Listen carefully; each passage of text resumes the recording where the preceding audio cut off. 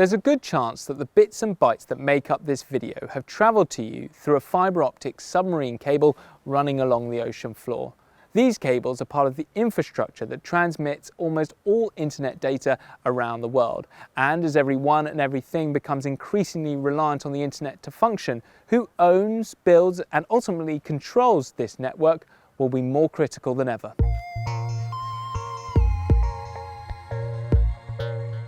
Internet adaptation has steadily increased over the last couple of decades. Despite its creation in the late 1960s, the internet was only widely adopted in 1989 after the invention of the World Wide Web, revolutionizing the way we communicate. Before the rise of mobile devices, internet access was largely limited to expensive and inconvenient desktop computers. But today, it's an indispensable part of our lives. So here's how it works. When you send an email, tweet or post a photo online, that data is sent through cables or more commonly radio waves to a router or cell phone tower. From there, these signals are sent through a series of fibre optic cables in the form of pulses of light to an internet exchange which acts like a sorting office. Most data from users in a local area network pass through these hubs in order to connect to other networks. For networks and data centres on the other side of the world, this journey will likely traverse the seabed. These submarine cables crisscross the ocean before arriving at an anonymous-looking building like this. It's called a landing station, and it's the end of the line for the submarine cable before the data continues its journey over land again. To lay a cable across any ocean is a significant feat, but it's not a modern innovation. It's been happening for more than 160 years. As soon as the cable is passed under the bows, the crew take charge of it. The invention and widespread use of the electric telegraph, which could carry the dots and dashes of Morse code, led to the first transatlantic telegraph cable between the US and Britain in 1858. By the early 20th century, the dominance of the telegraph was replaced by telephone technology that allowed voices to be carried over wires through electrical signals. Soon, submarine cables were carrying telephone traffic, which were laid worldwide, mostly by telecommunication monopolies such as the British Post Office and the American Telephone and Telegraph, or AT&T. Amidst the dot-com bubble in the 1990s, international consortiums began to invest in submarine cables too. 35 kilometers of fibre optics connects this one dealing room. These private companies sold or leased the bandwidth to other commercial entities which needed more capacity. The last 10 years have seen a rapid expansion of the network to keep up with the demand for internet services. As of early 2020, there were 406 submarine cables that totaled around 750,000 miles in length, enough to go around the world 30 times. Some lines are relatively short, like the 81-mile Celtics Connect cable between Ireland and the United Kingdom, while others, such as the Asia-America Gateway cable, which runs across the Pacific Ocean, is 12,427 miles long. Packed within these cables are fibre optic strands that transmit data at speeds of more than 100,000 miles per second, and they carry more than 95% of international data. That's because undersea cables are still the fastest, most reliable, and least costly way to transmit information over vast distances. While the infrastructure on land and underwater is vulnerable to the occasional curious rat or shark, the biggest threat to submarine cables is human activity.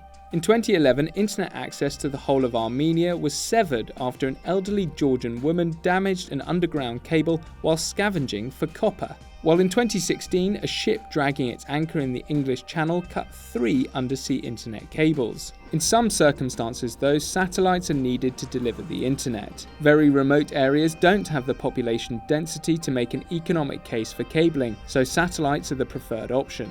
For security reasons, many governments and their military also rely on satellites. Google's parent company Alphabet has also set their sights on internet balloons to beam the internet to unconnected parts of the world. But even as the web has grown, it has also narrowed in some respects. The rise of the American tech giants in the 21st century meant that Silicon Valley had a reason to invest in these strategic assets. Today, content providers such as Google, Facebook, Amazon, and Microsoft own or lease more than half of the global undersea bandwidth. As of 2020, Google has invested in 16 cables that traverse most of the world. Facebook has stakes in 12 that cross both the Pacific and Atlantic Oceans, while Microsoft and Amazon have funded 5 cables each. As the tech giants expand their global network of data centers, these cables will be essential to meet the demand for their services such as cloud computing and streaming, which require minimal delay and lots of bandwidth. But the ownership of these submarine cables is drawing scrutiny from governments due to security concerns. Some analysts believe it's the latest frontier in the geopolitical battle between China and the US. In 2018, Australia prevented Chinese tech company Huawei from laying a cable between the country and the Solomon Islands over concerns that it would give the Chinese government access to its networks. In June, a US national security panel objected to an 8,000-mile cable being built by Facebook and Google connecting Hong Kong and the US, arguing that it would offer unprecedented opportunities for Chinese government espionage by capturing internet traffic. Many analysts believe that Huawei's growing involvement in the construction and repair of submarine cables worldwide could even allow China to disrupt internet links between nations, echoing strategies employed during World War I. Then the United Kingdom's dominance of the international telegraph infrastructure allowed it to cut off almost all of Germany's communication with the outside world. Likewise, the US had an espionage program in the 1970s to tap Russian undersea communication cables. Having multiple submarine cables covering the same route acts as a buffer in the event a cable is damaged. However, building more cables won't necessarily improve connectivity or internet speeds for everyone. For instance, despite having the second largest online market globally, half of the Indian population still don't have internet access. Africa is also a significantly underserviced region, with 871 million people lacking access to the internet. Reasons include the lack of data centers, last-mile infrastructure, and unaffordable costs for end users that won't be solved by increased undersea bandwidth. However, as these markets open up and more people come online, demand for faster internet speeds will continue to rise. It's unlikely then that the submarine cable race between the big tech companies is going to slow down. With billions of dollars of revenue at stake, more money will continue to be invested in these expensive subsea projects.